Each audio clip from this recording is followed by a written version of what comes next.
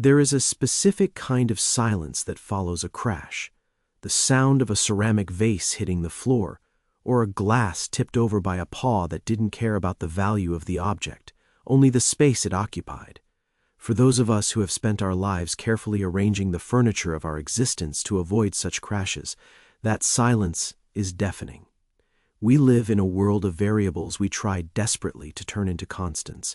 We plan the morning to survive the afternoon. We curate our words to ensure a specific reaction.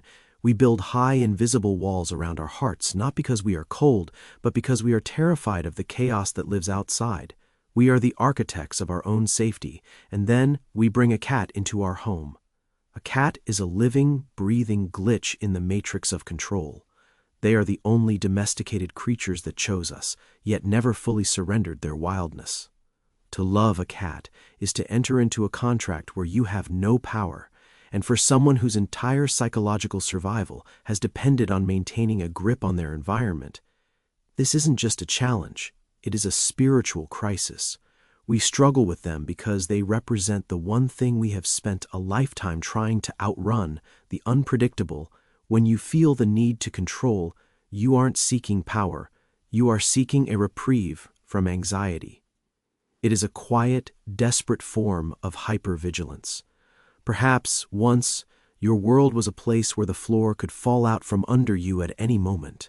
Maybe you grew up in a household where the emotional weather was volatile, where you had to read the microscopic shifts in a parent's expression just to know if you were safe that evening. In those moments, control became your oxygen. You learned that if you could just be perfect enough, quiet enough, or helpful enough, you could prevent the storm. You became an expert at anticipating needs and managing outcomes. You traded your spontaneity for a sense of false security, believing that if nothing changed without your permission, nothing could hurt you. This is the psychological armor we carry into adulthood. We seek out partners who are predictable, jobs that are structured, and environments where we are the masters of the ceremony. But then there is the cat. A cat does not care about your 5-year plan. A cat does not perform affection on command to validate your worth. They sit on the keyboard when you are at your most productive. They stare into empty corners at 3 a.m, reminding you of the things you cannot see or understand. They are a mirror held up to our need for dominance. When a cat refuses to come when called, it isn't an act of defiance, it is an act of being.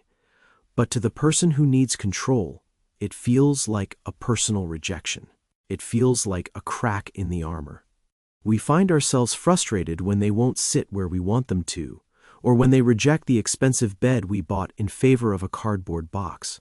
Underneath that frustration is a deeper, more painful question. Why can't I make this work? We have been conditioned to believe that effort equals outcome. If we love enough, if we provide enough, if we manage enough, we should be rewarded with a specific result.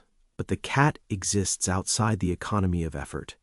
They remind us that the world does not owe us a specific reflection of our desires.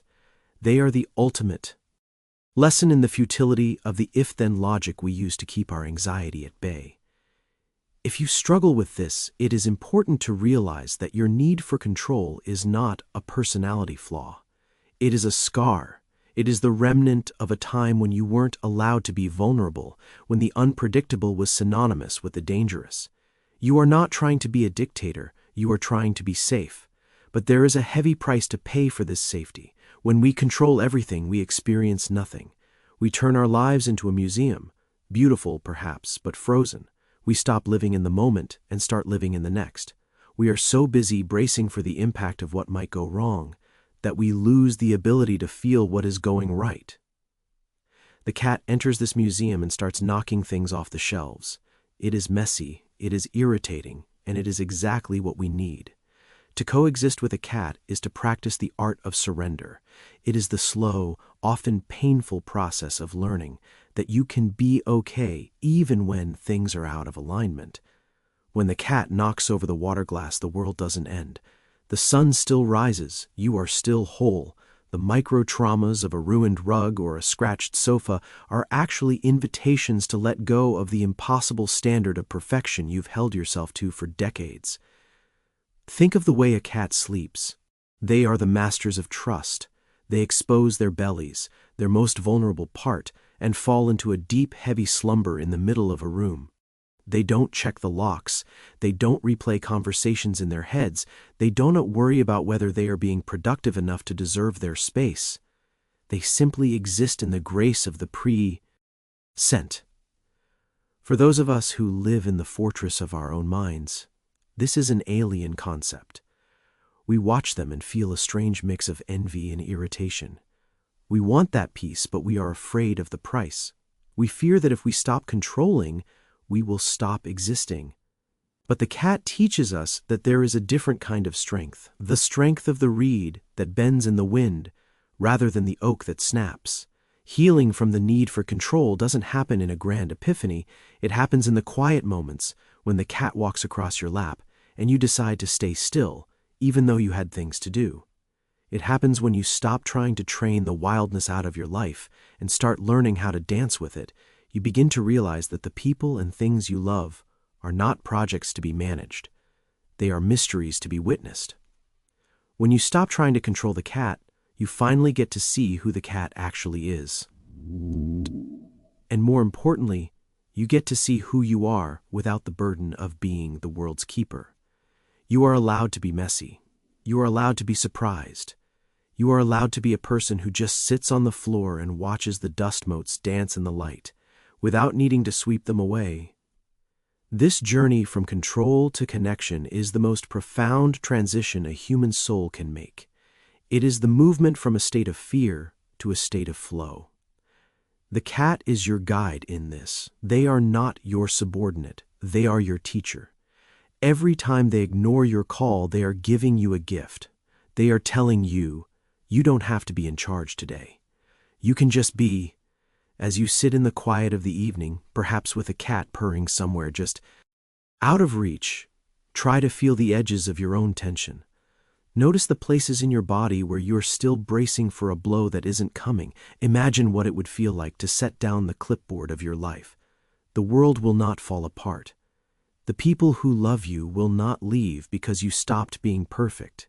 The cat will still be a cat. In the end, we don't need control. We need to know that we are safe even when we're not in control. We need to know that the chaos of the world isn't an enemy to be defeated, but a landscape to be explored. We are learning to trade the cold security of a cage for the warm, unpredictable life of the open air. It takes time. It takes patience. It takes 1,000 broken glasses and 1,000 quiet realizations. But eventually, you find that the silence following the crash isn't scary anymore. It's just a room and a cat and you, finally breathing, finally free, finally home,